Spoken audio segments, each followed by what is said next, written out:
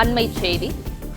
சட்டமன்ற தேர்தல் கூட்டணி தொடர்பாக 2 அல்லது 3 நாட்களில் திமுகவுடன் பேச்சுவார்த்தை நடத்த இருப்பதாக காங்கிரஸ் தரப்பில் அறிவிக்கப்பட்டுள்ளது. இது குறித்தான மேலும் விவரங்களோடு இணைந்திருக்கிறார் செய்தியாளர் மகேந்திரன். மகேந்திரன், வணக்கம். முழு விவரங்களையும் பதிவு பண்ணலாம்.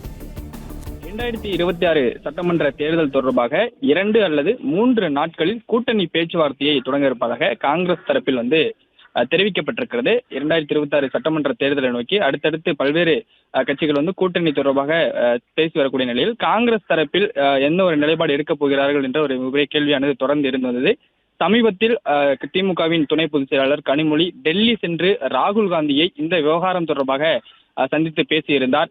குறிப்பாக கூட்டணி விவகாரத்தில் காங்கிரஸ் கட்சியில் மூத்த தலைவர்கள் சிலர் ஆட்சியிலும் அதிகாரத்திலும் பங்கு தர வேண்டும் என்று தொடர்ச்சியாக குரல்களை எழுப்பி வந்தனர். பொதுவெளியில் கூட்டணி தொடர்பாக கருத்துக்களை தெரிவித்து வந்தனர்.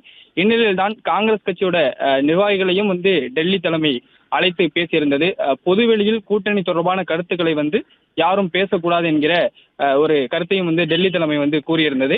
அதன் தொடர்ச்சியாக சமீபத்தில் திமுக துணை பொதுச் செயலாளர் கனிமொழி டெல்லி சென்று மூத்த தலைவர் ராகுல் காந்தியையும் சந்தித்து பேசியிருந்தார். 2 மாதங்களுக்கு மேலாக தொடர்ச்சியாக இந்த போக்கு நீடித்து வருவதாக தமிழக பொறுப்பாளராக இருக்கக்கூடிய கிறிஸ் ஜோடங்கரும் கருத்தை தெரிவித்திருந்தார். இந்நிலையில்தான் 2 அல்லது 3 நாட்களில் 2026 சட்டமன்ற தேர்தல் தொடர்பாக திமுகவுடன் தங்கள் பேச்சுவார்த்தையை தொடங்க இருப்பதாக காங்கிரஸ் தரப்பில் தெரிவித்திருக்கிறார்கள். இந்த கூட்டணி தொடர்பாக, கூட்டணி தொகுதி பங்கீடு தொடர்பாகவும் பல்வேறு விவகாரங்கள் தொடர்பாகவும் திமுகவுடன் தங்கள் அதிகாரப்பூர்வமாக இந்த பேச்சுவார்த்தையை தொடங்க இருப்பதாகவும் காங்கிரஸ் தரப்பில் தெரிவிக்கப்பட்டிருக்கிறது.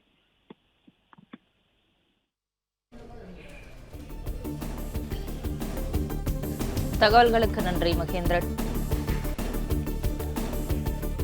பிளே ஸ்டோர் மற்றும் ஆப் ஸ்டோரில் இருந்து பாலிமர் செயலியை QR கோடு மூலம் பதிவிறக்கம் செய்யுங்கள். செய்திகளை உடனுக்குடன் பெறுங்கள்.